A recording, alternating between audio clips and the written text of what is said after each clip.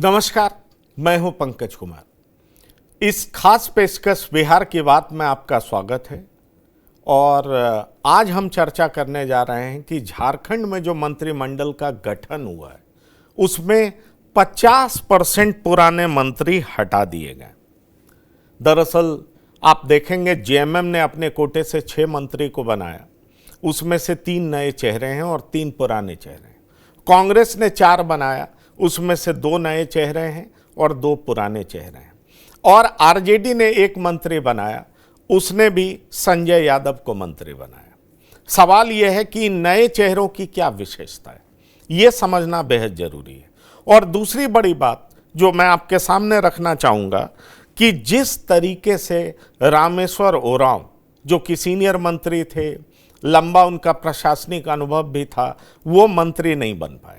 तो झारखंड में जो मंत्रिमंडल का गठन बहुत दिन से रुका हुआ था और कई तरह का कयास लगाया जा रहा था कि इस वजह से रुका हुआ, कांग्रेस में काफ़ी ज़्यादा सिर फुटौल है, 16 विधायक मंत्री बनना चाहते हैं। कांग्रेस ने किस आधार पर 4 लोगों के नाम तय किए? क्या ये हेमंत सोरेन के भी पसंदीदा विधायक हैं जिन्हें मंत्री बनाया गया है? ये भी एक गंभीर सवाल है। आखिरकार कांग्रेस में इन 4 लोगों का चुनाव क्या हाईकमांड के इशारे पर हुआ है, उनकी पसंद के बाद हुआ है? क्योंकि लंबे समय से झारखंड से जीते हुए विधायक दिल्ली में डेरा डाले हुए थे और हाईकमांड के पास अपनी पैरवी कर रहे थे कि उन्हें सरकार में मंत्री बनाया जाए। क्या कुछ हुआ है इस बारे में हम आपको बताएंगे। अंदर की कहानी क्या है, हमारे साथ जो पैनलिस्ट जुड़ेंगे वो भी साझा करेंगे। लेकिन पहले आइए आपको सुनाते हैं जो मंत्री बनी हैं उनका क्या कुछ कहना है, उसके बाद हम शुरू करेंगे चर्चा। अभी आपके पिता से बात हो रही थी, उन्होंने कहा कि बेटी बेस्ट मंत्री बने, यही इच्छा रखते हैं। वो हमेशा एक बहुत बधाई रहे। मंत्रिमंडल का विस्तार हो चुका है और युवा चेहरे में शिल्पी नेहा तिर्की को मंत्रिमंडल में जगह मिली है। इस वक्त शपथ लेने के बाद वो निकली है, सीधे सुनते हैं क्या कह रही हैं। निश्चित रूप से बेस्ट करने का काम करेंगे। ठीक है। तो आपने सुना शिल्पी नेहा तिर्की, जी हाँ, बंधु तिर्की की सुपुत्री। बंधु तिर्की जो कि पुराने चेहरे हैं, नामचीन चेहरे हैं, कांग्रेस का मैनिफेस्टो बनाने में भी इनकी बड़ी भूमिका रही थी। हालांकि उसमें देरी हो रहा था, सवालों के घेरे में थे। लेकिन देखिए आज सुपुत्री के चेहरे पर खुशी का भाव, और कहा जा रहा है बंधु तिर्की ने अपने सुपुत्री के लिए जोरदार बैटिंग की और परिणाम स्वरूप शिल्पी नेहा तिर्की मंत्री बन गई। क्या कुछ हुआ है, इन सब चीज़ों के बारे में हम आपको बताएंगे। लेकिन पहले चलिए हमारे साथ जो कुछ मेहमान जुड़े हैं उनसे आपका परिचय करा दें। हमारे साथ जो मेहमान जुड़े हैं, यशोनाथ झा जी, आपका बहुत स्वागत है, वरिष्ठ पत्रकार हैं। हमारे साथ श्याम किशोर चौबे जी, वरिष्ठ पत्रकार हैं, आपका भी बहुत स्वागत है जी। हमारे साथ ज्ञान रंजन जी जुड़े हैं, वरिष्ठ पत्रकार हैं, आपका भी बहुत स्वागत है। और हमारे साथ डॉक्टर संजय कुमार, राजनीतिक विश्लेषक हैं, वो जुड़े हैं, आपका बहुत स्वागत है। यशोनाथ झा जी, मैं सबसे पहले आपके पास आना चाहूंगा। ये 50% लोगों को हटाने के पीछे मकसद क्या है? क्या वो इनएफिशिएंट थे इसलिए हटा दिया गया? चलिए, कांग्रेस में तो एक बन्ना गुप्ता हार गए थे इसलिए उनको मंत्री बनाने का सवाल ही नहीं है। लेकिन कांग्रेस में 2 नए चेहरे दिखाई पड़ रहे हैं। रामेश्वर ओरांव मंत्री नहीं बनाए गए, और 2 जो नए चेहरे हैं उसमें राधा कृष्ण किशोर और शिल्पी नेहा तिर्की। इसी तरीके से जेएमएम में भी 6 में 3 नए मंत्री बने हैं। तो ये नए मंत्रियों का चुनाव किस आधार पर हुआ है? क्या जाति, धर्म, इलाका, इन बातों को ध्यान में रखा गया है, या कॉम्पिटेंसी भी एक बड़ी वजह है जिस वजह से रखा गया है? कैसे मंत्रिमंडल में नए चेहरों को, 50% नए चेहरों को जगह दिया गया है? इसके पीछे हेमंत सोरेन की सोच क्या है? पंकज जी, जो मंत्री बनाए गए हैं, जो आप कह रहे हैं ये सही बात है कि 50% जो मंत्री थे पिछली सरकार में, उनको ड्रॉप कर दिया गया। उसमें कुछ खास वजह भी है। जैसे सबसे नोटेबल जो ड्रॉप किए गए हैं वो डॉक्टर रामेश्वर उरांव है, जो पिछली बार वित्त मंत्रालय और खाद्य और नागरिक आपूर्ति विभाग के मंत्री थे। सबसे सीनियर मंत्री थे, वो सीनियर विधायक भी शायद सबसे सीनियर हैं इस बार, वो छठी विधानसभा में उम्र की लिहाज से सबसे सीनियर विधायक है। लेकिन रामेश्वर उरांव को ड्रॉप करने के पीछे जो राजनीति मुझे नजर आ रही है, इसमें कोई राजनीति नहीं है, बल्कि ये रामेश्वर उरांव का पिछला कार्यकाल अगर देखा जाए तो बाद के दिनों में आके उम्र संबंधी समस्याओं से वो घिरने लगे थे। उनकी सक्रियता लगातार कम होती जा रही थी, उनका मूवमेंट कम हो रहा था, वो अस्वस्थ रहने लगे थे। एक कारण तो ये था, और दूसरा जो प्रमुख कारण है कि दक्षिणी छोटानागपुर, उसमें है क्षेत्रीय संतुलन। आप अगर इस पूरे कैबिनेट को, पार्टी हटा दीजिए, पूरे कैबिनेट को देखेंगे तो इसमें क्षेत्रीय संतुलन जो है वो गजब का बना है। कोल्हान से इस 12 सदस्यों में कोल्हान से 5 मंत्री हैं और दक्षिणी छोटानागपुर से 2 मंत्री हैं और पलामू से 1 मंत्री हैं और कोल्हान से 2 मंत्री हैं, यानी उत्तरी छोटानागपुर से भी 2 मंत्री हैं। यानी जिसकी जितनी क्षेत्रीय संतुलन की साधने की जो हेमंत सोरेन की बात है वो यही दिखाई देती है। और भले ही कुछ भी कहा जाए, लेकिन उन्होंने क्षेत्रीय संतुलन को सारे अपने जो मित्र दल हैं, जो सरकार में शामिल हैं, उसके जरिए उन्होंने उनसे बातचीत करके इस तरह का फाइनल किया है नाम। इस तरह का फाइनल किया है। एक बात जो चर्चा में बहुत है, मैं आपके पास आऊंगा यशोनाथ झा जी, बहुत सवाल है मेरे मन में, और मैं चाहूंगा कि मेरे साथ साथ हमारे दर्शक भी आपसे जाने कि आखिरकार हुआ क्या है। मैं अभी ज्ञान रंजन जी के पास जाना चाहूंगा। ज्ञान रंजन जी, एक सवाल बहुत उठ रहा है कि इस मंत्रिमंडल में कोई अगड़ा नहीं है, अगड़े को कोई जगह नहीं मिली, और कहा यह जा रहा है कि चूंकि अगड़ा वोट करते हैं, एनडीए के वोटर्स हैं, इसलिए हम उनको नहीं भी लेंगे तो कोई फर्क नहीं पड़ता है। वैसे चर्चा बड़ी तेज थी कि चुना सिंह भी मंत्री बन सकते हैं, अनंत देव भी मंत्री बन सकते हैं, लेकिन कोई मंत्री नहीं बने। मधुपुर से हफीजुल हसन बने, उनका नाम अब फाइनल है, और चुना सिंह, अनंत देव तो बने नहीं। वैसे पिछली सरकार में मिथिलेश ठाकुर थे, पर मिथिलेश ठाकुर हार गए। तो आखिरकार जेएमएम ने ऐसा सोचा क्यों, हेमंत सोरेन ने ऐसा सोचा क्यों? क्या ये वजह है कि ये जो अगड़े हैं वो एनडीए के वोटर्स हैं, इसलिए हमें इन पर ज्यादा ध्यान देने की जरूरत नहीं? देखिए पंकज जी, अगर अगड़ी जाति की बात की जाए, ये सही है कि अगड़ी जाति को मंत्रिमंडल में जगह नहीं मिली, लेकिन अगर ये सोच करके हेमंत सोरेन या फिर इंडिया गठबंधन के लोग बात कर रहे हैं कि अगड़ी जाति का वोट नहीं मिलता है, तो अगर आप आंकड़ा देखेंगे, जो अगड़ी जाति का जो विधायक जो जीत के आए हैं, चाहे वो राजपूत हो, भूमियार हो, ब्राह्मण हो, कायस्थ हो, अगर टोटल आप देखेंगे तो परसेंटेज ज्यादा इंडिया के ब्लॉक में ही है। जो विधायक अगड़ी जाति से जीत के आए हैं वो इंडिया ब्लॉक में ही ज्यादा संख्या है उसका। और ये परसेप्शन अगर बना हुआ है तो आप चुन्ना सिंह की बात ले लें, वो जिस जगह से खड़े होते हैं वहां पर भूमियार वोट डिसाइडिंग होता है सारठ में, और वो भी उसी कास्ट से आते हैं। जाहिर है कि उनको वोट मिला होगा भूमिहारों का, तभी वो जाकर के वहां से चुनाव जीते। उसी तरह से अगर आप आते हैं अनूप सिंह के क्षेत्र में, तो अनूप सिंह के क्षेत्र में वहां पर जयराम महतो ने हवा चलाई थी, स्थानीयता की बात उठाई थी, जो लोकल है उसको वोट किया जाए, और पब्लिक जो वहां के स्थानीय थे उन्होंने झारखंड मुक्ति मोर्चा या कांग्रेस को वोट नहीं दिया। जो बाहर से नौकरी करने वाले लोग जो सीसीएल के हैं, आप देखेंगे तो उसका फायदा मिला अनूप सिंह को, जो वो चुनाव जीते। पूरी तरह से लामबंद हो गए थे अनूप सिंह के पक्ष में। यहां पर भी बाहरी वोटर उनको मिला। बोकारो से श्वेता सिंह जीत के आई है कांग्रेस पार्टी से।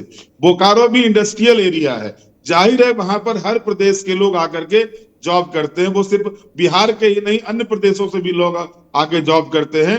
स्टील की सबसे बड़ी कंपनी एशिया की हुआ करती थी बीएसएल, आज भले ही वो ऑफिसर रही हो। तो आप अगर आकलन करेंगे, अनंत प्रताप देव चुनाव जीते हैं, भवनाथपुर से, ये उनके अंदर उनके जो विधायक हैं उनका मैं नाम गिनती करा रहा हूं आपको।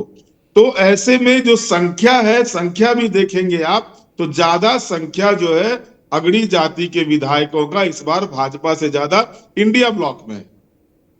अब रही बात उनको प्रतिनिधित्व नहीं देने की बात, तो दीपिका पांडे सिंह जो है उनका मायका है ब्राह्मण परिवार में, उनकी शादी हुई है ओबीसी परिवार में, तो उनको जो है कांग्रेस पार्टी दोनों में गिनती कर रही है। वो ब्राह्मण भी हैं, ओबीसी भी हैं। आप देख लीजिए ओबीसी को भी जगह नहीं मिली है कांग्रेस पार्टी की तरफ से।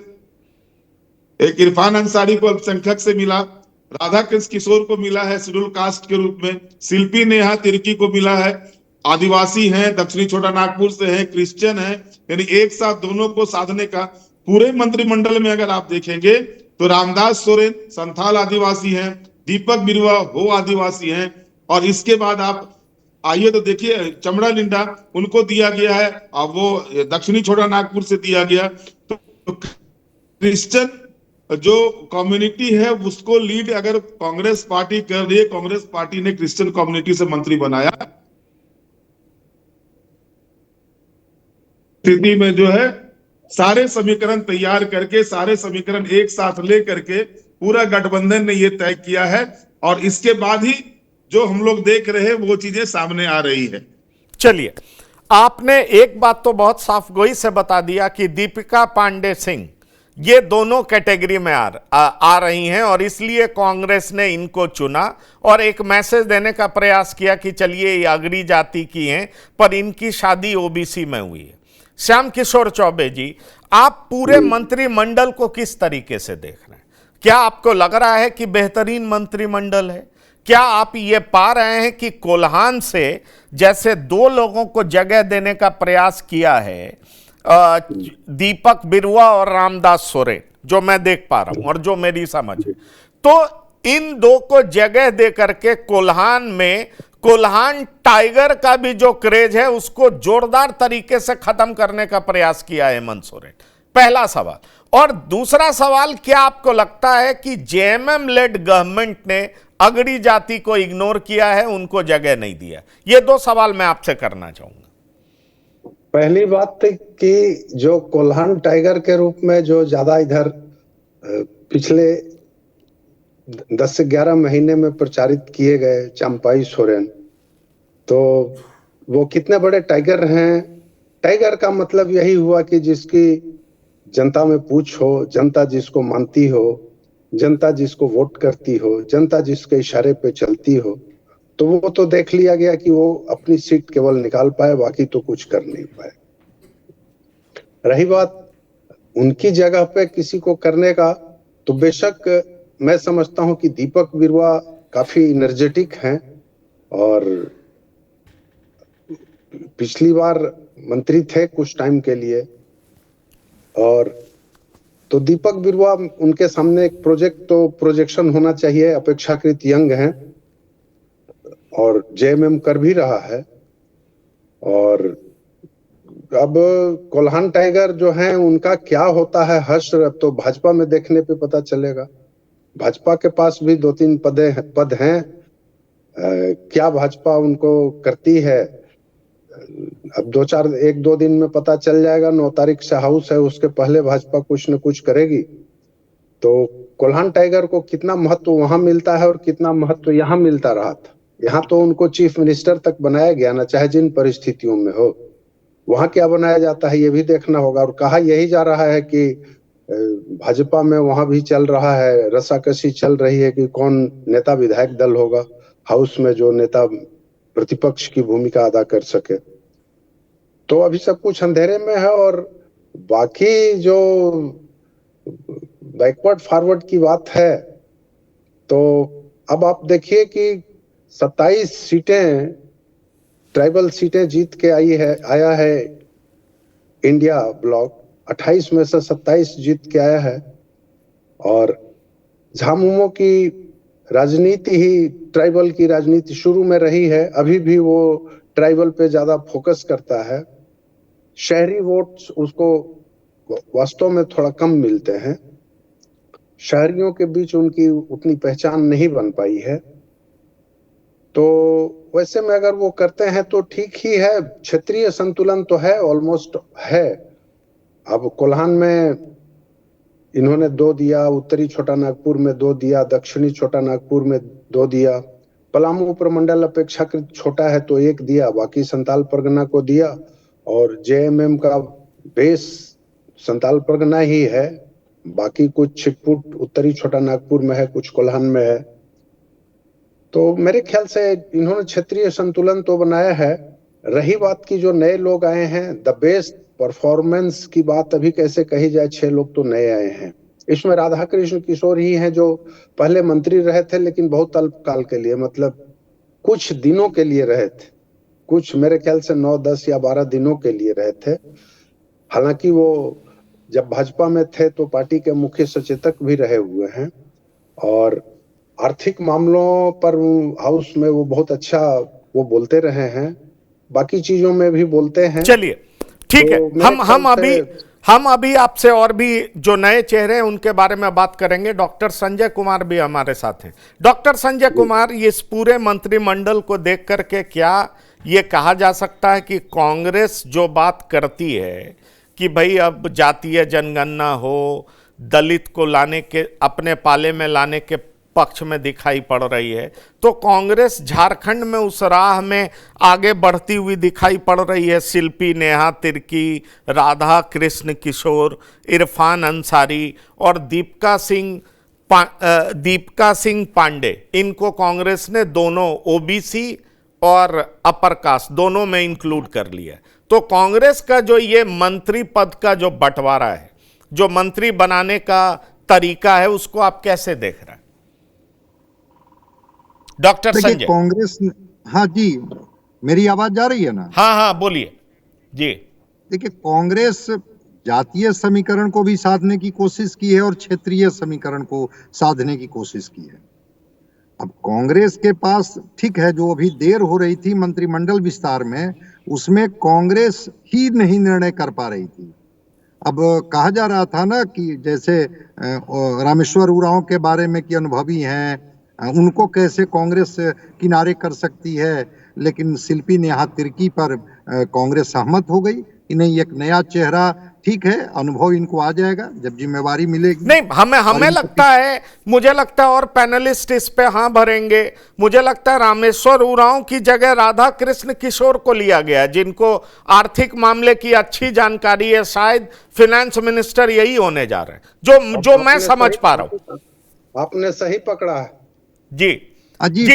हाँ डॉक्टर संजय, आप बोलिए। नहीं, ठीक है, फाइनेंस की समझ की वजह से राधा कृष्ण किशोर को जगह दी गई होगी, लेकिन जो ट्राइबल सीट को एक भरने की बात थी, जिसमें क्रिश्चियन और ट्राइबल दोनों को संतुलित करके रखने की बात थी, तो अगर उरांव जी को हटाया गया तो उनकी जगह पर तिर्की जी को जगह दे करके उसको संतुलित करने की कोशिश की गई है, जो मैं समझ पा रहा हूँ जी। बिल्कुल, रामेश्वर उरांव जी को फाइनेंस की पूरी समझ है, अच्छे अधिकारी भी वो रहे थे और फाइनेंस को वो देखते भी थे। अभी तो हम लोग बात लगातार कर ही रहे हैं कि जो मैया योजना इनकी आई है, वो मैया योजना में 20,000 करोड़ का भार पड़ने जा रहा है।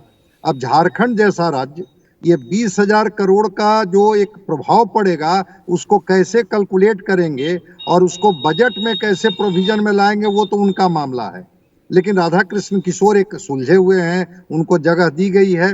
रह गई बात कि कांग्रेस जो अपने जिन मंत्रियों को भी जगह दिलाई है, हम समझते हैं कि बड़ा सोच समझ करके कि जहां मेरा प्रभाव है, जहां ये चीजों को पेनिट्रेट कर सकते हैं, उनका रिप्रेजेंटेशन देने की कोशिश की है, जहां तक मैं समझ रहा हूं। चलिए, देखिए, कल तक हम लोग बात कर रहे थे, एक लाइन में मैं अपनी बात को समाप्त कर देता हूं, कि सुरेश पासवान को पर हो सकता है कि आरजेडी दांव लगाए, लेकिन आज संजय यादव का नाम हमने देखा। हाँ बिल्कुल, हम उस पर भी आते, बिल्कुल संजय यादव, क्योंकि अब आरजेडी को लग रहा है कि हम आधार वोट बैंक ही कंसोलिडेट करें, क्योंकि उपचुनाव में आरजेडी को लगने लगा कि हमारा आधार वोट बैंक ही दरक रहा है। अगर 30 से 32% वोट में ही बिखराव हो जाएगा तो फिर हमारी ताकत क्या रह जाएगी। और इसलिए झारखंड में संजय यादव को बनाया गया।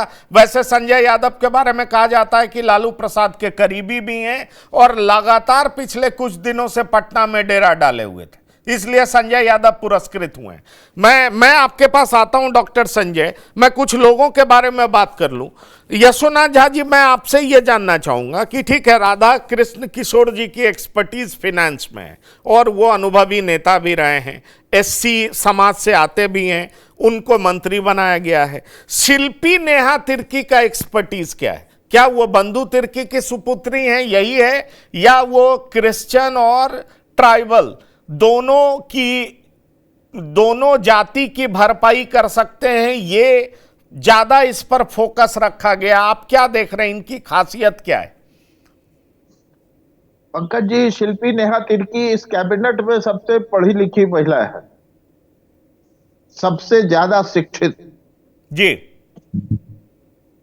पहला। दूसरा, युवा है वो, और जिस इलाके से, जिस पृष्ठभूमि से वो आती हैं, वो पढ़ाई लिखाई से ज्यादा रिलेट करता है उसको।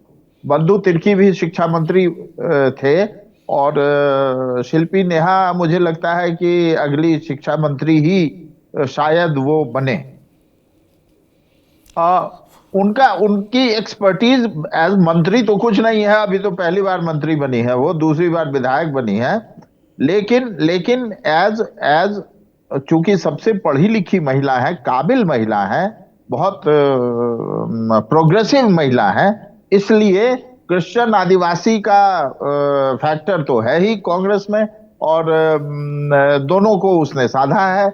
लेकिन हेमंत सोरेन ने जो एक बात मैं कहना चाहूंगा कि कांग्रेस, आरजेडी और जेएमएम छोड़ दीजिए, हेमंत सोरेन के पास जो बेस्ट टीम जो बन सकती थी, वो यही टीम बन सकती थी। इससे अच्छी टीम उनके पास उपलब्ध नहीं थी, कोई भी, चाहे कोई भी रहे। चलिए, आप ये बड़ी बात कह रहे हैं। और शिल्पी नेहा तिर्की जो है शिक्षा मंत्री हो सकती हैं, बंधु तिर्की की सुपुत्री हैं, बहुत पढ़ी लिखी हैं, आपने ये बात बताया, तो दो चीज़ तो क्लियर हो रहा है। शायद हमारे दर्शकों को ये समझ में आ जाएगा कि फिनेंस मिनिस्ट्री भी कांग्रेस अपने पास रखने जा रही है, एजुकेशन मिनिस्ट्री भी कांग्रेस अपने पास रखने जा रही है। अब जो मैं सवाल पूछने जा रहा हूं ज्ञान रंजन जी से, ये 3 नया मंत्री जो जेएमएम ने सेलेक्ट किया है, जिस एक के बारे में कहा जा रहा है योगेंद्र प्रसाद कुर्मी जाति से आते हैं और शिबू सोरेन के बेहद खास हैं, उसके बाद चमरा लिंडा और सुदीप कुमार सोनू, इन तीनों की खासियत क्या है? इनके चुनाव के पीछे जेएमएम की सोच क्या है, जरा ये भी बता दें मुझे।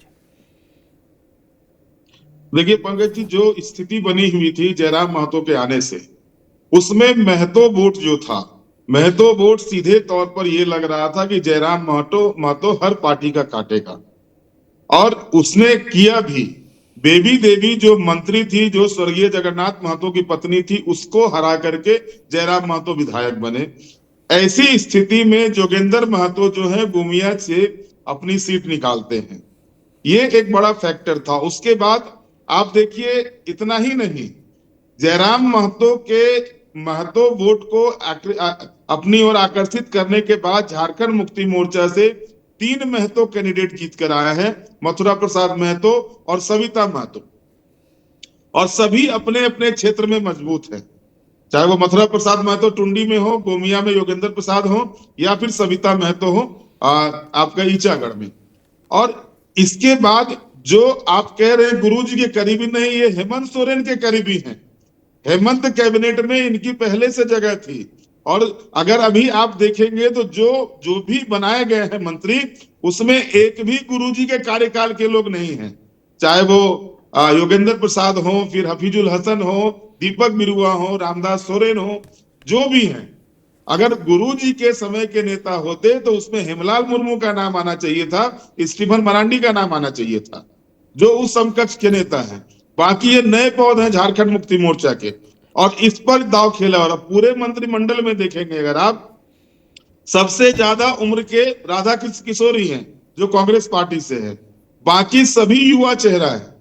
और जहां तक आपने जो आरजेडी का एक चर्चा किया था संजय प्रसाद यादव का, तो उसके पीछे जो गणित है, आरजेडी का जो मूल वोट जो एमवाई है उसका, मुस्लिम और यादव का, झारखंड में अगर आरजेडी कहीं मजबूत था तो वो पलामू प्रमंडल और देवघर और गोड्डा का एरिया था, बीच में कोडरमा का जो गिरिडीह जिला था वहां पर था। इसके अलावा आरजेडी का कोई जगह नहीं था कहीं पर भी, और उसको फिर से वापसी की गई है। और इसके बाद जो सुरेश पासवान का बात आ रहा था, ये चीजें पहले ही तय थी कि जब सुरेश पासवान को विधायक दल का नेता बनाया गया था उसी समय से बातें चल रही थी कि सुरेश पासवान को किनारा किया जाएगा।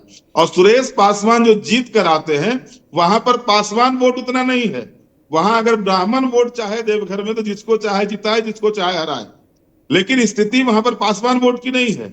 लेकिन ओबीसी में देखिएगा तो यादव वोट जो है सो बहुत ज्यादा है देवघर में, देवघर कंस्टिट्यूंसी में। और खास करके जो स्थिति बनती है, मनोहरपुर एक ब्लॉक है, वो यादवों का ठट है वहां पर। तो यही वजह थी। और बिहार का परिणाम भी संजय यादव का किस्मत खोल दिया है। बिहार का जो परिणाम उपचुनाव का आया है वो भी संजय यादव का किस्मत खोला है।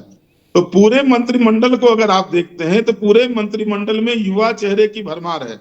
मंत्रिमंडल में जो विस्तार होने हैं उसके विभाग के जो बात हो रहे हैं, तो विभाग आप इतना तय मान के चलिए कि जो पिछली सरकार में जो जो विभाग जिस पार्टी के पास थे वही विभाग इस बार भी रहेंगे उस पार्टी के पास। तो और ऐसे में जो है ये आप बड़ी बात कह रहे हैं। इसका मतलब है कि शिक्षा मंत्रालय कांग्रेस के पास, इसका मतलब शिक्षा फाइनेंस मंत्रालय मिनिस्ट्री कांग्रेस के पास कांग्रेस के पास, कृषि विभाग कांग्रेस के पास और ग्रामीण विकास मंत्रालय कांग्रेस के पास। श्याम किशोर चौबे जी, क्या आपको लग रहा है कि वही सारा मंत्रालय कांग्रेस को मिलने जा रहा है जो ज्ञान रंजन जी कह रहे हैं? देखिए, आप जो बोल रहे हैं कि शिक्षा विभाग, तो शिक्षा विभाग पिछली बार कांग्रेस के पास नहीं था, वो जेएमएम के पास था। अलबत्ता इसके पास स्वास्थ्य विभाग था, कांग्रेस के पास स्वास्थ्य विभाग था जिसके मंत्री थे बन्ना गुप्ता और हार गए चुनाव। तो बहुत संभव है कि शिक्षा और स्वास्थ्य में से कुछ शिल्पी को ऑफर किया जाए। और एक चीज के लिए मैं ध्यान दिला दूं, बाकी चर्चा जो हो रही है, मैं सोच रहा था और आप ये समझिए कि 2019 से ही सोचता रहा हूं कि कांग्रेस 2019 में 4 महिला विधायकों को जिताकर लाई थी और बीच में 5 हो गई थी जब शिल्पी जुड़ी थी। इस बार सीधे 5 महिला विधायक आई हैं। तो पहले भी मैंने आपसे चर्चा में कहा कि देखा जाए कांग्रेस इन लोगों के साथ कैसा न्याय करती है। तो इसके 4 मंत्री हुए जिसमें से 2 इसने महिलाओं को दिया। तो अभी तो वो इस बात के लिए मतलब उसको बधाई दी जा सकती है कि भाई 50% उसने महिलाओं को दिया। बिल्कुल, इसमें कोई शक नहीं है। 50% महिलाओं को कांग्रेस मंत्री बना रही है, जबकि जेएमएम से कोई भी महिला मंत्री नहीं बन रही। नहीं, तो पिछली बार हुआ यह था कि कांग्रेस के पास जो 4 महिला विधायक थी तो उम्मीद थी कि कांग्रेस किसी को बनाएगी। तो दीपक बिरुआ को उस समय मंत्री बनाया जाना था, मैं अंदर की बात बता रहा हूं। लेकिन कांग्रेस ने 4 में से किसी का नाम प्रपोज नहीं किया। तब जोबा माझी की लॉटरी खुल गई, उनको मंत्री बनाया गया। दीपक बिरुआ कट गए थे। बाद में दीपक बिरुआ इंक्लूड किए गए विस्तार में जरूरत होने पे। तो 2 हैं, 12 सदस्यीय मंत्रिमंडल में 2 हैं तो कम नहीं कहा जा सकता है। पहले की अपेक्षा ठीक ही ठाक है, पिछली बार भी 2 थी लास्ट तक। तो ये है। और मेरे ख्याल से स्वास्थ्य और शिक्षा, हो सकता है स्वास्थ्य ही दिया जाए। अगर पुराना वाला समीकरण काम करेगा तो शिल्पी को, वो भी बहुत इंपॉर्टेंट मिनिस्ट्री है, वो भी बहुत, अगर स्वास्थ्य मिलता है, शिक्षा मिलता है, कृषि मिलता है, ग्रामीण विकास मिलता है, तो ये चारों मंत्रालय मुझे लगता है कांग्रेस को बड़ा मंत्रालय ऑफर किया जाएगा। हाँ, पिछली बार तो ये था ही इनके पास। पिछली बार तो शिक्षा नहीं था, स्वास्थ्य था, तो ये तो इनके पास था ही। और मेरे ख्याल से जो बातें हुई होंगी आपस में तय हुआ होगा, यही हुआ होगा कि भाई 4 मंत्री हैं, पहले जैसे थे वैसे रहेंगे। और मेरे ख्याल से आज शाम तक तो हो जाना चाहिए। नहीं, मैं आपसे ये पूछना चाहूंगा, योगेंद्र महतो के बारे में तो उन्होंने बता दिया, पर 2 और नाम के बारे में जानना चाहूंगा कि इनकी खासियत क्या है। चमरा लिंडा और सुदीप कुमार सोनू, ये जो 2 नाम जेएमएम के तरफ से। देखिए, चमरा लिंडा 4थी बार के विधायक हैं और मतलब एक बात है कि चमरालिंडा जिस बिशुनपुर से जीतते रहे हैं वहां पे भाजपा और संघ का कहिए काफी प्रभाव वाला इलाका है, और एक वहां पे एनजीओ चलता है जो संघ से एफिलिएटेड है, बहुत बड़ा एनजीओ है झारखंड का, मतलब ऑलमोस्ट सबसे बड़ा या उस कैटेगरी का एनजीओ है, और वो लोग भी वहां काफी प्रभाव रखते हैं। तो चमरालिंडा वहां से जीतते रहे, ये उनका क्रेडिट। और 4 बार के जीते हुए हैं, हेमंत सोरेन के करीबी हैं, और तो इसलिए उनको मिला है, और चौथी बार विधायक हुआ है वो आदमी, और वो संघ के प्रभाव क्षेत्र वाले इलाके में जीत के आ रहे हैं। तो मुझको लगता है कि कोई दिक्कत नहीं है, इनको बनाया जाना चाहिए था। और सुदीप कुमार सोनू दूसरी बार जीते हैं गिरिडीह से, और हेमंत सोरेन के बहुत करीबी हैं। पिछली बार जब हेमंत सोरेन पे ईडी का शिकंजा कस रहा था शुरुआती दौर में और बाद में भी, तब सुदीप सोनू ने बहुत मुखर होकर उसका विरोध किया था, अपनी बातें रखी थी। तो और उधर का एक रिप्रेजेंटेशन भी चाहिए होता था, तो मेरे ख्याल से उनको रखा है। हेमंत सोरेन के करीबी हैं, बहुत करीबी हैं। मेरे ख्याल से जितने लोग हैं उसमें सबसे ज्यादा करीबी तो सुदीप सोनू ही हैं हेमंत सोरेन के। चलिए, तो इस मंत्रिमंडल को देख करके डॉक्टर संजय क्या कहा जा सकता है कि हेमंत सोरेन वाकई अब काफी मैच्योर्ड लीडर हो चुके हैं? कैसे क्षेत्रीय संतुलन कायम किया जाए, कैसे जातीय संतुलन कायम किया जाए, और कैसे झारखंड पर अपनी पकड़ और मजबूत की जाए, उसका पूरा प्रयास किया गया। हाँ, कोऑर्डिनेशन का तो इन्होंने ख्याल रखा है, और पूरी तरह से इन्होंने ख्याल रखा है कि कांग्रेस को भी इन्होंने साधा है, उनको भी उन्होंने नाराज नहीं किया है। जो उनके हिस्से में 16 विधायक जीत के आए थे, 4 लोगों को मंत्रिमंडल में जगह दे दी।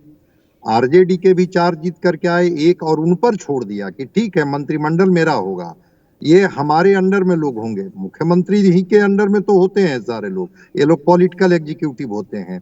लेकिन उन्होंने कहा कि हाँ, जिस तरह की बातें चल रही है कि उनको विभाग भी सारे वैसे प्रमुख विभाग दिया जाएगा जिसमें ये नहीं लगेगा कि उनको कहीं ये कर दिया गया। तो हेमंत सोरेन चुनाव जीतने से लेकर के अभी तक एक सीजन्ड और एक परिपक्व नेता के रूप में उभर करके आए हैं। जो आप कह रहे हैं, मैं पुनः इसका ये स्वीकृति करता हूं कि हाँ, एक मजबूत नेता। जब पूरा भाजपा लगी हुई थी, प्रधानमंत्री जी रोड शो कर रहे थे, 2 राज्य के बड़े कद्दावर नेता शिवराज सिंह चौहान और हेमंत विश्व शर्मा को टास्क दिया गया था। कई लोगों को पूरे तरह से क्षेत्र वाइज जिम्मेवारी दी गई थी, आरएसएस संगठन लगा हुआ था, उसमें अगर उनको फाड़ते हुए उससे निकल करके, और हेमंत सोरेन 56 लोगों, ठीक है गठबंधन का ही है, 56 विधायक हैं, लेकिन 56 सीटें जीत करके और दोबारा फिर से वो मुख्यमंत्री के तौर पर, चूंकि जो झारखंड का इतिहास रहा है उसमें सरकारें जो हैं वो बदल जाती हैं, हेमंत सोरेन ने उसको तो बचाए रखा। तो मैं तो मानता हूं कि हेमंत सोरेन न केवल जातीय समीकरण, क्षेत्रीय समीकरण और अपने गठबंधन के पार्टियों का समीकरण, इसको भी अगर आप ऐड कर दें तो तीनों को संतुलित करने की कोशिश की है। इससे तो रिफ्लेक्ट है ना कि एक सीजन और एक परिपक्व मैच्योर्ड पॉलिटिशियन के तौर पर उभरे। अब मेरा अगला सवाल है जो मैं इस चुनाव के बारे में पूछना चाहूंगा, क्योंकि इस चुनाव के परिणाम का आउटकम भी होगा, और जो तीनों वक्ता हैं वो झारखंड की राजनीति से पूरे तरीके से वाकिफ हैं, लंबे समय से वहाँ की जमीन को, राजनीति को, वहाँ के परिचर्चा को बेहतरीन तरीके से समझते हैं। मैं आपसे पूछना चाहूँगा यशुनाथ झा जी, अब चंपई सोरेन का क्या होगा? अगर चंपई सोरेन आज जेएमएम में होते तो बड़े मंत्री होते, कोल्हान टाइगर बने रहे होते, उनकी बड़ी पूछ भी होती, शिबू सोरेन के काफी नजदीक भी थे।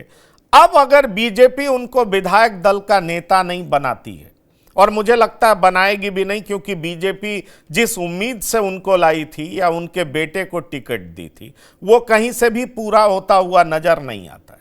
संथाल परगना में 18 से 17 सीटें जो है जेएमएम को जाता है, कोल्हान में भी सिर्फ 1 सीट मिल पाता है बीजेपी को चंपई सोरेन के रूप में। तो क्या आप चंपई सोरेन को बीजेपी में ही देख रहे हैं या चंपई सोरेन की फिर से घर वापसी हो जाएगी? क्योंकि बार बार ये बात कही जा रही है जेएमएम के तरफ से कि जो भी चाहे वो आ सकता है, वो चाहे सीता सोरेन के तरफ इशारा हो या चंपई सोरेन के तरफ इशारा हो। क्या कहते हैं आप? पंकज जी, सबसे पहले तो मुझे इस बात पे अभी भी आश्चर्य हो रहा है कि हम लोग जो पॉलिटिकल एनालिस्ट लोग हैं, हम लोग जो खुद को पॉलिटिकल एनालिस्ट कहते हैं, चंपई सोरेन को इतना वैल्यू क्यों दे रहे हैं? मैंने शुरुआत में भी कही थी ये बात, आप ही के चैनल पे कही थी कि चंपई सोरेन कहीं से भी पूरे कोल्हान को या पूरे आदिवासी समाज को या फ्रंट लाइनर पॉलिटिशियन वो कभी नहीं रहे। देखिए, हम इतना महत्व क्यों दे रहे हैं हम लोग, ये हम आपसे साझा करना चाहते हैं। मेरा पॉइंट ऑफ व्यू है, हो सकता है आप डिफर कर सकते हैं, और डिफर भी करेंगे तो यू आर मोस्ट वेलकम। मेरा सीधा सा सवाल है कि हेमंत सोरेन को किसी पे भरोसा हुआ तो चंपई सोरेन पर हुआ, और इसलिए उन्होंने मुख्यमंत्री बनाया। चंपई सोरेन को अपने पाले में लाने के लिए बीजेपी ने हर तरह का काम किया, जो कि बूमरैंग कर गया, काउंटर प्रोडक्टिव हुआ। लेकिन चंपई सोरेन पे बीजेपी का भी फोकस था, चंपई सोरेन पे हेमंत सोरेन का भी फोकस था, और इस चुनाव में चंपई सोरेन राजनीति के एक धुरी तो थे, इस बात से कोई इनकार नहीं कर सकता। अब सवाल, क्योंकि देखिए सीता सोरेन भी आई थी, पर सीता सोरेन की भी चर्चा लोकसभा में इतनी नहीं हुई जितनी चर्चा चंपई सोरेन की विधानसभा में हुई। इसलिए मैं कह रहा हूं कि चर्चा के केंद्र बिंदु में ये हैं, और इन दिनों जेएमएम का कोई ना कोई नेता ये बयान दे रहा है कि भाई जो चले गए हैं वो आएंगे तो पार्टी उनका स्वागत करेगी। ये सवाल कुछ लोगों से पूछा गया है, जो भट्टाचार्य जी हैं उनसे पूछा गया, उन्होंने भी इस तरह की बात की है। वैसे में सवाल उठता है, क्या आपको वाकई लगता है कि चंपई को लगेगा कि मुझे अगर अपनी राजनीति जारी रखनी है झारखंड में तो बेहतर है क्यों ना हम अपने घर वापस लौट जाएं? क्या इसकी संभावना दिखाई पड़ रही है आपको? अभी फिलहाल तो नहीं दिख रही है। विधायक दल का नेता और प्रदेश अध्यक्ष का जब फैसला हो जाएगा बीजेपी में, तब उसके बाद कुछ कहा जा सकता है उस बारे में। हालांकि चंपई सोरेन के आने से या नहीं आने से हेमंत सोरेन की सेहत पे और जेएमएम और इंडिया ब्लॉक के सेहत पे कोई असर नहीं पड़ने वाला है। चलिए, आपने बड़े बेबाक तरीके से ये बात कह दी। ज्ञान रंजन जी, मुझे तो नहीं लगता है कि पार्टी उनको बीजेपी का अध्यक्ष बनाएगी। मैं जितना बीजेपी को समझता हूं, इसमें मुझे बहुत शक है। क्या आपको लगता है कि वो विधायक दल के नेता हो सकते हैं? और अगर ये दोनों पद उनको नहीं मिलता है तो क्या चंपई एक बार फिर से पाला बदल करके अपने पुराने घर लौट जाएंगे? आपको क्या संभावना दिखाई पड़ती है? देखिए पंकज जी, अगर बीजेपी की चर्चा हो रही है तो बीजेपी के लोगों की जो समीक्षा हुई थी 1 और 2 था 30 और 1 तारीख को, 30 नवंबर और 1 तारीख को, और आपको जान के आश्चर्य होगा कि इतनी करारी हार के बाद भी ऐसे बीजेपी के यहाँ पर नेता लोग हैं, वो बयान ये देते हैं कि मेरा वोट परसेंटेज अभी भी सबसे ज्यादा है, नंबर ऑफ सीट्स भले कम हुए हैं लेकिन हमारे वोट शेयर बहुत ज्यादा है। और ये इस बार का नहीं है, ये पिछले 5 साल में 2019 परिणाम के बाद भी यही राग अलापते थे और इस बार भी यही राग अलाप रहे हैं। रही बात चंपई सोरेन की, भाजपा के हार में अगर सबसे बड़ा जिम्मेवार कोई है तो वो है बड़े महत्वों पर भरोसा करना, वो है लोकल लीडर्स को दरकिनार करना, और वो है कि महिला नेतृत्व का काट नहीं निकालना। कल्पना सोरेन अकेले हेमंत सोरेन से भी भारी पड़ी हैं एनडीए के लिए या भाजपा के लिए पूरे चुनाव के दौरान। और जिस तरीके से उन्होंने जनता के बीच अपील उनकी हुई है, जनता जिस तरह से उनको स्वीकार किया है, वो रिजल्ट सामने आया हुआ है। हेमंत सोरेन से भी ज्यादा उनको मतलब महत्व मिला हुआ। और आप देख लीजिए कि जब से हेमंत सोरेन ओथ लिए हैं, अभी लगातार आज जो शपथ ग्रहण समारोह होता है उसमें वो बतौर विधायक हैं, लेकिन जब मंत्रियों के साथ राज्यपाल फोटो सेशन होता है तो वहां पर भी वो जाकर के खड़ी होती हैं। यानी पूरी तरह से जो है सो कल्पना सोरेन पीछे हैं, लेकिन कदम से कदम मिला करके हेमंत सोरेन का इस बार चल रही हैं। और इस जो मंत्रिमंडल विस्तार हुआ है उसमें भी हेमंत के ही लोग हैं ज्यादा, जो झारखंड मुक्ति मोर्चा के हैं। रही बात चंपई सोरेन की, चंपई सोरेन एक होता है ना, दिवाली में एक पटाखा होता है, बीड़ी बम, वो फूटता है तो ठीक लगता है, नहीं फूटता है तो सवेरे हम लोग उसको बचपन में जो है ना चीर के उसका कागज हटा करके फिर से आग लगाते थे। अब अगर भाजपा फिर से चीर करके आग लगाएगी, ये भाजपा पर निर्भर करता है। लेकिन जिस चीज को सोच करके चंपई सोरेन को लाया गया था उसके लायक वो ना निकले, वो पूरी तरह से फेल्योर हुए हैं और भाजपा उनको शायद कोई भी पद ना दे। तो क्या वापस चले जाएंगे, यही तो मैं आपसे पूछ रहा हूं। आपने बहुत सही बात कही, मुझे भी लग रहा है भाजपा कोई पद नहीं देगी। वहां भी पूछ नहीं है पंकज जी। सीता सोरेन की इसलिए पूछ हो रही है कि सीता सोरेन गुरुजी की बड़ी बहू है, घर की कला जो निकले हुए थे उसको फिर से वो शांत कर ले उनको ला करके। अब चंपई पर उनको भी भरोसा नहीं रहा। चंपई जी हो गए हैं, वो जो कहावत एक होता है, आप समझ रहे मेरा इशारा किस कहावत की ओर है, वो स्थिति में आ चुके हैं राजनीति में, झारखंड की राजनीति में। चलिए, आप ये बड़ी बात कह रहे हैं। श्याम किशोर चौबे जी, ये बताइए कि सीता सोरेन एक्सेप्टेबल है, चंपई सोरेन एक्सेप्टेबल नहीं है, ये स्थिति आ गई है अब राजनीति में। हाँ, वो आनी थी, इसमें तो कोई ये नहीं है, कोई आश्चर्य की बात नहीं है। सीता सोरेन को देखिए, मेरे ख्याल से एक बड़ा सबक मिला है कि जो महत्व उनको यहाँ मिलता था वो महत्व वहां मिला कि नहीं मिला। टिकट तो मिल गया लेकिन कोई उपलब्धि नहीं रही, और जब उपलब्धि नहीं हुई तो बीजेपी जैसे महासागर में उनकी गिनती कहाँ होगी, बैक बेंचर ही रहेंगी। यहाँ तो फिर भी आगे रहती थी, बोलती थी, वहां तो कुछ बोल भी नहीं पा रही है ना। पिछले अब तो कहेंगे कि 2 चुनाव, लोकसभा चुनाव, विधानसभा चुनाव हार गई, क्या बोली, एक आध लाइन बोल के अपना चुप हो गई। यहाँ रहती तो तूफान करती, और क्योंकि घर की बात है तो उनको लाया जा सकता है। और इसका संकेत तो मैं उसी दिन देख रहा था, 28 तारीख को जब हेमंत सोरेन की ओथ सेरेमनी थी, तो वहां पे सीता सोरेन की बड़ी बेटी आई हुई थी, वो डायस पे भी गई थी, सबका पैर वैर भी छुई थी। तो उसी समय मुझको लगा कि कुछ वो बसंत सोरेन के साथ ही आई थी, तो मुझको लगता है कि कुछ वहां चल रहा होगा कि चलो घर की चीज है, घर में रहे, कोई दिक्कत नहीं है। लेकिन अब वहां भी स्कोप फिलहाल तो उनके लिए कुछ खास है नहीं। कोई बोर्ड वोट भले अगर आ जाती हैं, लोग एक्सेप्ट कर लेते हैं, अगर की बात है, अगर मगर की बात है, तो शायद कोई बोर्ड वोट दे देवे, अदरवाइज तो अपना रहेंगी। चंपई सोरेन को तो मतलब बीजेपी ने शायद मेरी समझ से स्टार बनाना चाहा था और नहीं बन पाए, नहीं चल पाए, तो लग गया तो तीर, नहीं तो तुक्का, तो वही है स्थिति। तो अब उसमें कुछ खास होना जाना नहीं है। और चंपई सोरेन, पहली बात हो कि जेएमएम में आएंगे भी तो किस रूप में आएंगे, वहां 21 विधायक हैं, ये अकेले आ नहीं सकते हैं, एंटी डिफेक्शन लॉ इन पे लागू होगा। और मान लीजिए बैकडोर से आते भी हैं तो यहाँ के क्या करेंगे, इनको यहाँ क्या कौन सी चीज मिल जाएगी, और या तो फिर इस्तीफा करके फिर चुनाव जीत के फिर आवे, तो बड़ा लॉन्ग प्रोसेस है। और चंपई जितना बोल चुके हैं, आप देखिए ट्राइबल्स में जो बातचीत होती है, बाकी लीडर्स में लीजिए, बाकी लीडर्स एक दूसरे को बोलते हैं, मैं कहिए तो आपके पास भी होगा, सबके पास ऐसे सैकड़ों उदाहरण है कि कल रात तक बहुत कोस रहे थे और आज सवेरे गोद में खेलने लगे। तो ट्राइबल्स में सामान्यतः वैसा नहीं हो पाता है।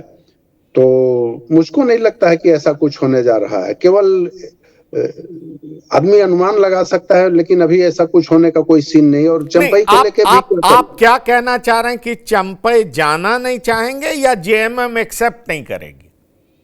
दोनों। चंपई जानेंगे तो किस रूप में जाएंगे, अब तो वो विधायक है ना। नहीं, विधायक है, पर हम लोग बहुत विधानसभा में देखे हैं, अगर आपका स्पीकर है, अभी बिहार में हुआ है कि आरजेडी के विधायक ने जेडीयू सरकार, नीतीश सरकार को सपोर्ट कर दिया। आनंद मोहन के सुपुत्र हैं, आरजेडी से विधायक हैं, उनकी सदस्यता कहां गई है? अगर स्पीकर आपका है तो स्पीकर सुनवाई करते रहता है और साल का साल बीत जाता है। सपोर्ट करना फिर भी चलता है, और सशरीर फिजिकली जाना, मतलब विपक्ष की बेंच से, अपोजिशन बेंच से उठ के ट्रेजरी बेंच पे बैठ जाना, दोनों में बहुत फर्क आएगा। और वहां जाके फिर ये सवाल ये है कि वहां जाके इनको क्या मिल जाएगा। यहाँ है तो कम से कम निश्चिंत विधायक तो रहेंगे, बाकी तो वहां स्पीकर की सूली पे टंगे रहेंगे। स्पीकर मान लीजिए सुनवाई भी करते रहेंगे तो इनका प्राण अब तब में लगा रहेगा। यहाँ कम से कम निश्चिंत हैं, और जब जाना ही होगा तो जाएंगे लास्ट आवर में, अगले चुनाव के टाइम। अभी जाके भी वो क्या पाएंगे। रही बात की जेएमएम उनको लेके भी क्या कर लेगा, उसके पास 2/3 से ज्यादा मेजोरिटी है, क्या करेगा इनको लेके, इनका क्या उपयोग है अभी। नहीं, पुराने लोगों को जेएमएम वापस लेना चाहती है, इसलिए मैं पूछ रहा हूँ। कुछ इस तरह के बयान आए।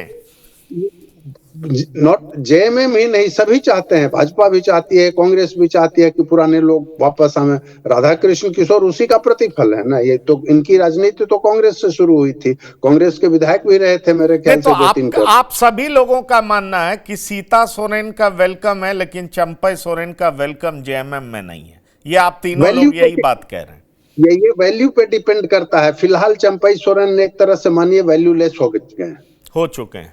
ये बड़ी बात जी, ये बड़ी बात। पंकज जी, सीता सोरेन जी जी जी मैं कह रहा था सीता वैल्यू इसलिए है कि वो गुरुजी की बड़ी पुत्रवधू हैं, अदरवाइज उनका भी वैल्यू नहीं रहता। हाँ, वैल्यू उसका भी कुछ नहीं है, जीरो वैल्यू वाली है। आवश्यकता नहीं, जीरो क्या, वो तो बल्कि माइनस वैल्यू वाली है। चंपई का तो जीरो हो सकता है, वो तो माइनस वैल्यू वाली है। तो लेकिन चूंकि घर का मामला है, बार-बार कहा जा रहा है, चूंकि ये घर परिवार का मामला है, इसलिए उनकी एक्सेप्टेंस हो सकती है। ये बड़ी बात है, ये बड़ी बात है। और एक बात जो बहुत ही साफ तरीके से कहा गया कि हेमंत सोरेन जब शपथ ले रहे थे तो उनकी बेटी आई थी और सबका पैर छुई थी, बसंत सोरेन के साथ आई थी। इसलिए चूंकि सीता सोरेन गुरुजी की बड़ी बहू हैं, इसलिए वो एक्सेप्टेबल हैं। पर फिलहाल चंपई सोरेन जेएमएम में एक्सेप्टेबल नहीं हो सकते। ये एक बड़ी बात है। देखते हैं क्या होता है। पर झारखंड में जिस तरीके से मंत्रिमंडल का गठन हुआ है, उससे एक बात तो बहुत साफ नजर आता है कि हेमंत सोरेन एक परिपक्व नेता के तौर पर उभरे हैं और उनको इस मुकाम तक पहुंचाने में उनकी पत्नी कल्पना सोरेन का भी बड़ा हाथ दिखाई पड़ा है। तो बिहार की बात में श्याम किशोर चौबे जी, ज्ञान रंजन जी, यशोनाथ झा जी और डॉक्टर संजय कुमार, आप सभी मेहमानों का शिरकत करने के लिए बहुत बहुत धन्यवाद और शुक्रिया। तो बिहार की बात में इतना ही। ताजा तरीन खबरों के लिए आप लगातार देखते रहिए TV9।